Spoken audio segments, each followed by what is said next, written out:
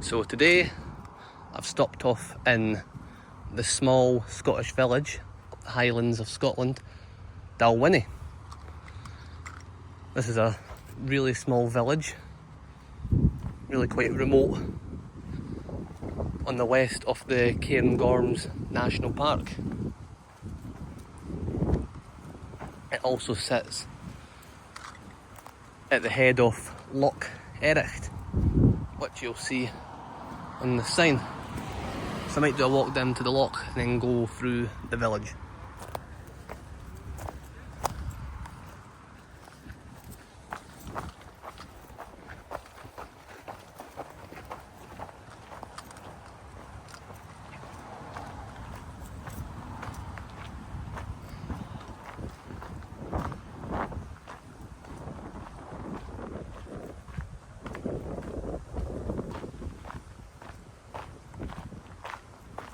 Looking at the map, this loch looks like a really quite big loch, quite long.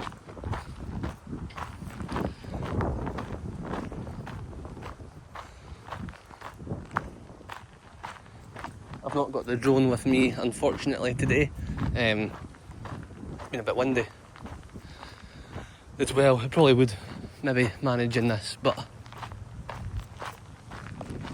it's better being safe than sorry when flying drones.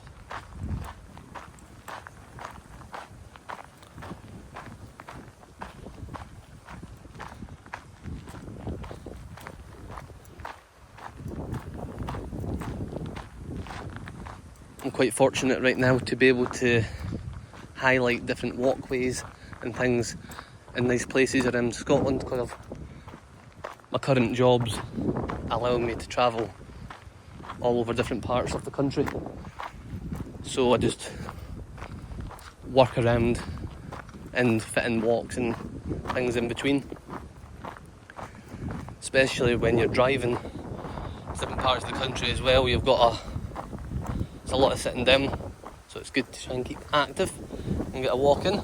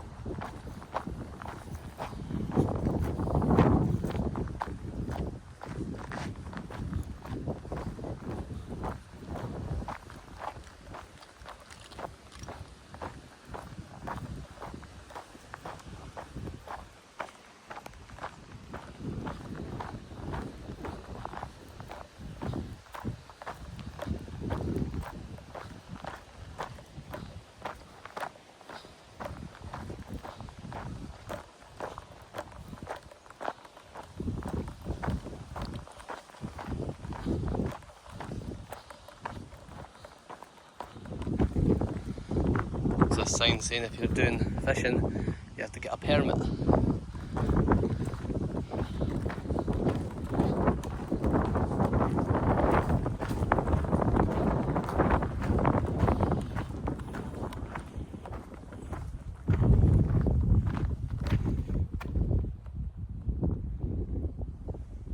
It's talking about a network rail padlocked gates here and obstructing an ancient right of way. So they're wanting to fight back against that.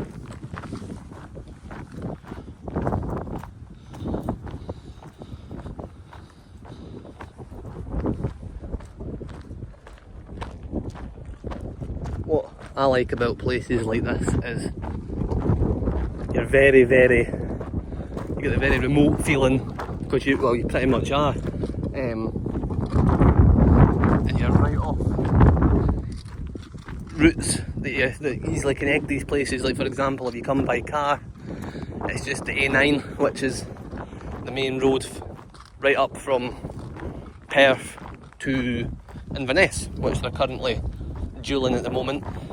But I know that's been postponed, so I don't think that's meant to be complete now till 2035. But it's an easy road. Go between 60 mile per hour single carriageways to 70 mile per hour dual carriageways. So by car, you just come right off that and you're here. It's also got its own rail station. So if you're coming by rail, that's easy enough.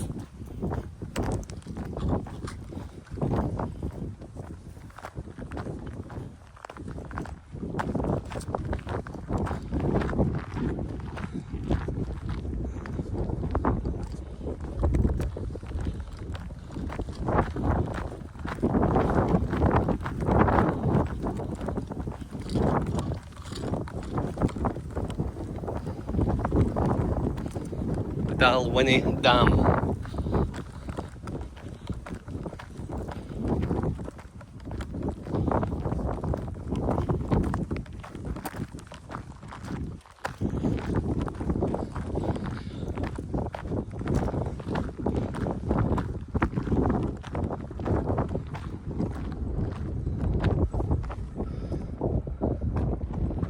There we are. So yes, this is the head of Loch Ericht,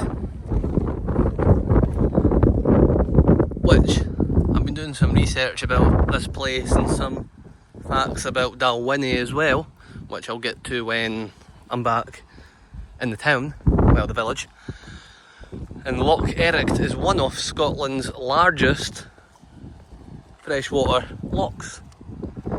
I think it said it was about 10th by surface area. It stretches about 14 miles. Very beautiful place. And for being the peak of summer, because it's August right now, there's nobody else here, which is quite surprising. So I'm going to head back into the village now and do a walk through there and give out some facts about the place. Right, so that's me back in the village and I'm going to go for a walk through. So as you enter the village here from the A9, you've got a little service station here on the left. And Dalwhinnie is a village in its Gaelic name, which I'll pop up in writing because I can't speak the language and I'm better not trying to pronounce it unless I learn it properly. It supposedly means something like meeting place.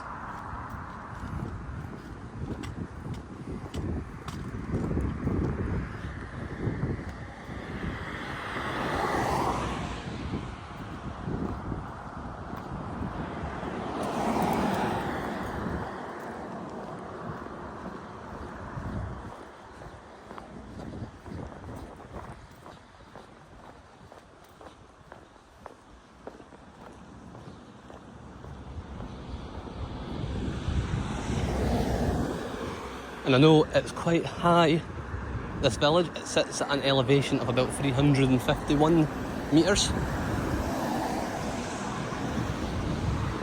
They've got a wee diner cafe there on the right. I saw people coming out earlier on, so I think it's still open.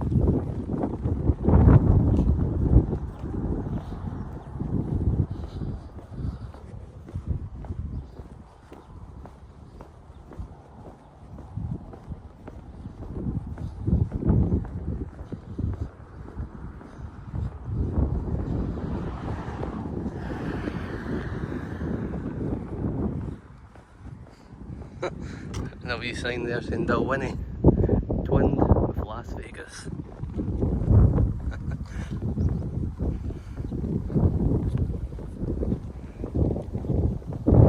Definitely two completely different types of places.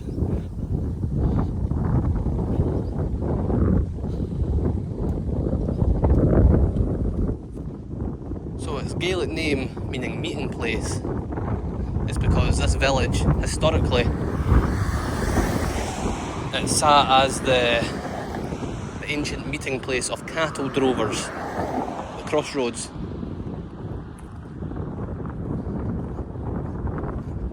So this is where they would pass through in between all the Scottish Highland Munros.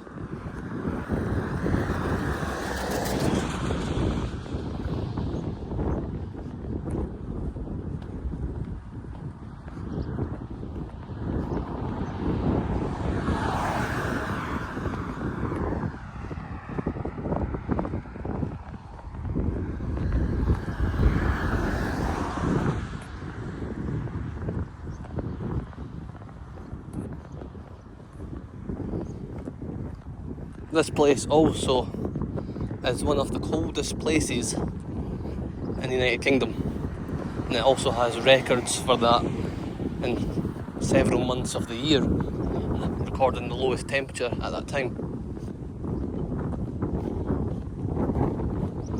It's probably due to its unique location as well that contributes to how cold this place gets. But today, it's actually quite warm, thankfully.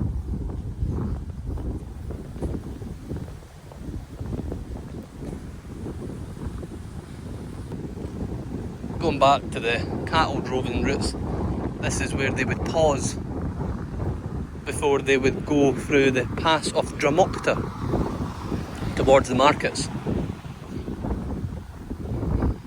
So, quite a fascinating wee fact about this place, just a wee village out in the middle of nowhere basically.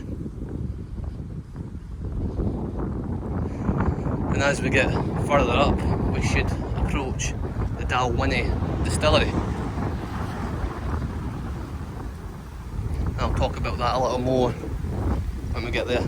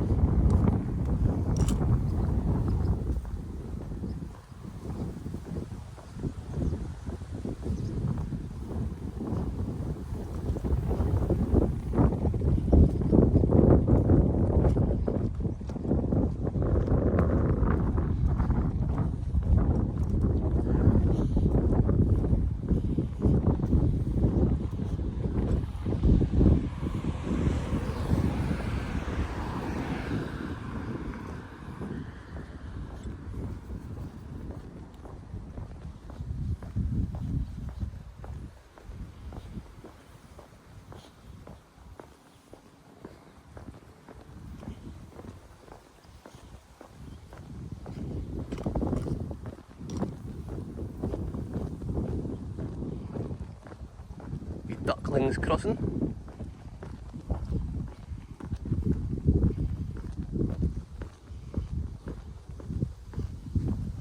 Very quiet. Unbelievable how quiet it is.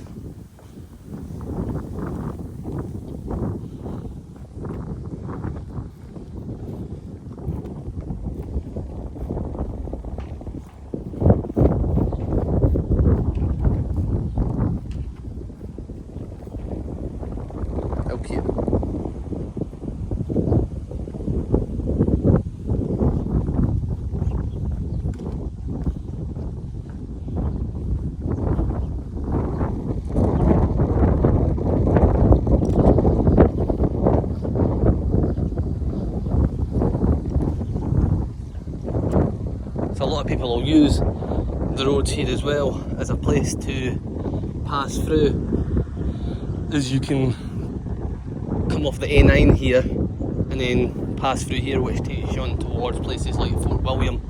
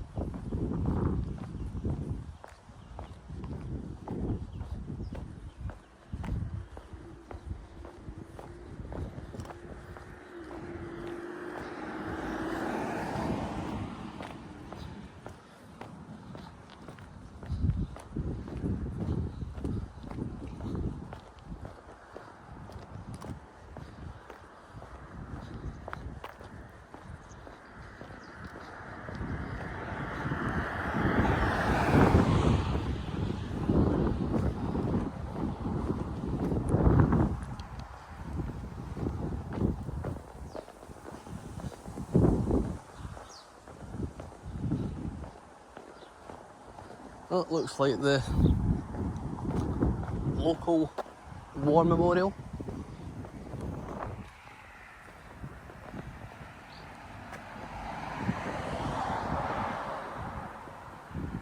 both wars on there. We've obviously got the First World War, 1914, it's got to 1919 on it,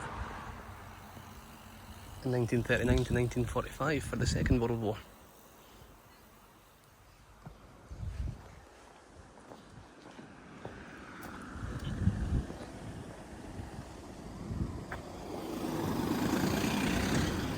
So that signpost is telling you the railway station is down that road there.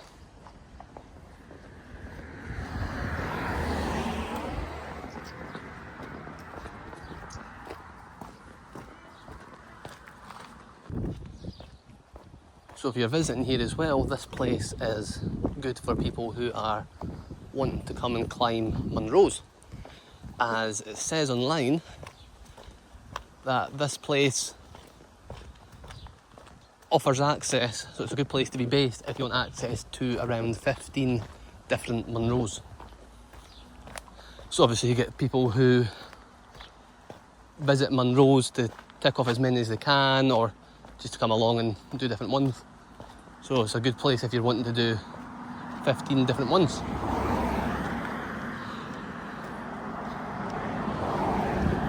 On the right here we've got the local village hall.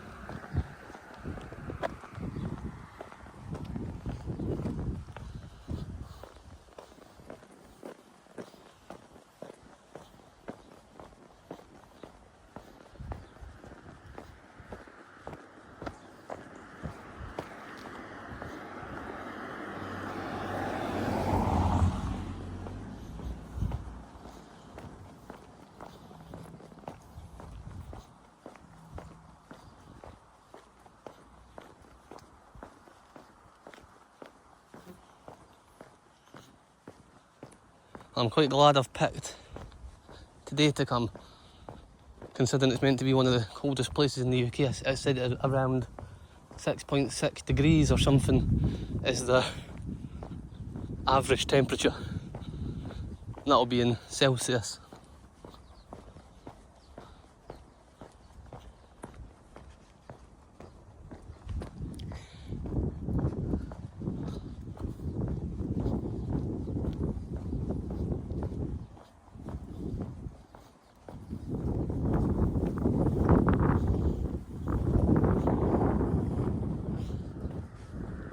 There we are, so that's us reached the end of the actual village. But a little bit further up is where the distillery actually is. So as you'll have seen, a very, very small village. But it's a community of less than 100 people, so that is why it's that small. I think it's about 80 people or something live there. And as you'll see in the background now, we are starting to approach the Dalwhinnie distillery, which is a unique tourist attraction. You can come in and see it. It's owned by Diageo, massive company, and this is Scotland's highest functional distillery.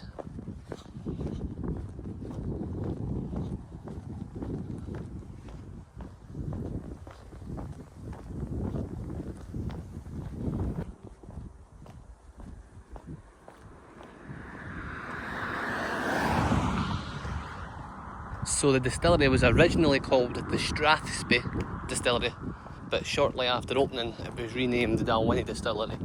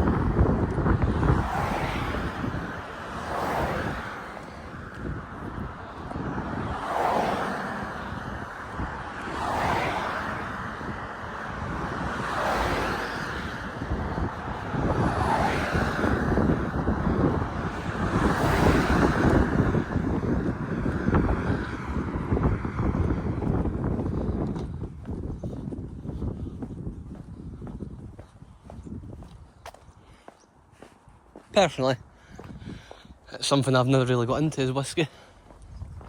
I prefer a beer or something like that. I don't mind cider, gin, vodka, but whiskey, never something I've really liked. I suppose that's why there's something out there for everybody.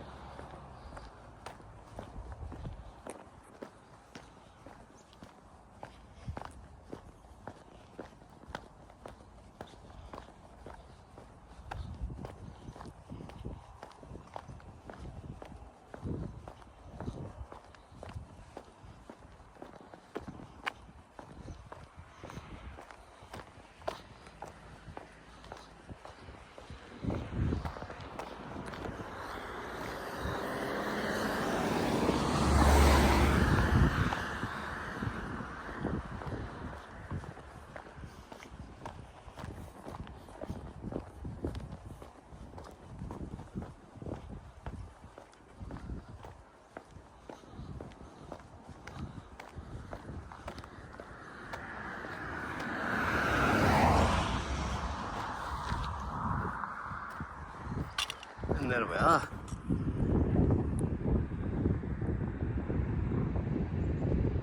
So that's me heading back towards the village. And I was going to mention, so people might wonder, right, so if I come to Dalwhinnie and I visit the Whisky place, distillery, do a walk around the loch, do some nature walks, what else is there to do if you stay here? So, attractions you've got nearby, so it's meant to be within about a 30-mile radius. You could use here as a base and travel to see other places. Not too much further up the road you've got the Highland Folk Museum, which is a very, very good museum. I've done it before. It's like a representation of Highland life, how people lived. It's got buildings and things like that you can go into and see how people lived. It's very, very good. I'll not say too much about it to spoil it. And then you've also got the Highland Wildlife Park, so it's like a zoo, and you can see different animals there. You've also got I visited a castle, like a fort nearby. Yeah, it was a fort. I can't remember the name of it. I'll find out now. So the fort that I visited, that was actually a wee bit further up north. That's nearer Inverness. So that's Fort George, which is a very, very good Dail. Absolutely phenomenal fort. How it's preserved. It's got a live army barracks there as well. The other thing I was thinking of is Ruthven Barracks. That's nearby. That's like a bit worn out, half worn out, old ancient building that you can visit. And yeah, that's some of the things that you can do. I will put more in the video description, or in the video if I can find anything else that's worth noting. I know they've also got like a biking experience. I think it's called Wolf Tracks. So you can do biking and things like that. So yeah, plenty to do, especially if you're wanting to be here for a good few nights or 5-6 nights. There's plenty to see, especially if you're into nature as well, if you want to go walking and things like that, and hiking up the Munros, because look at the size of all that. You've got them all around.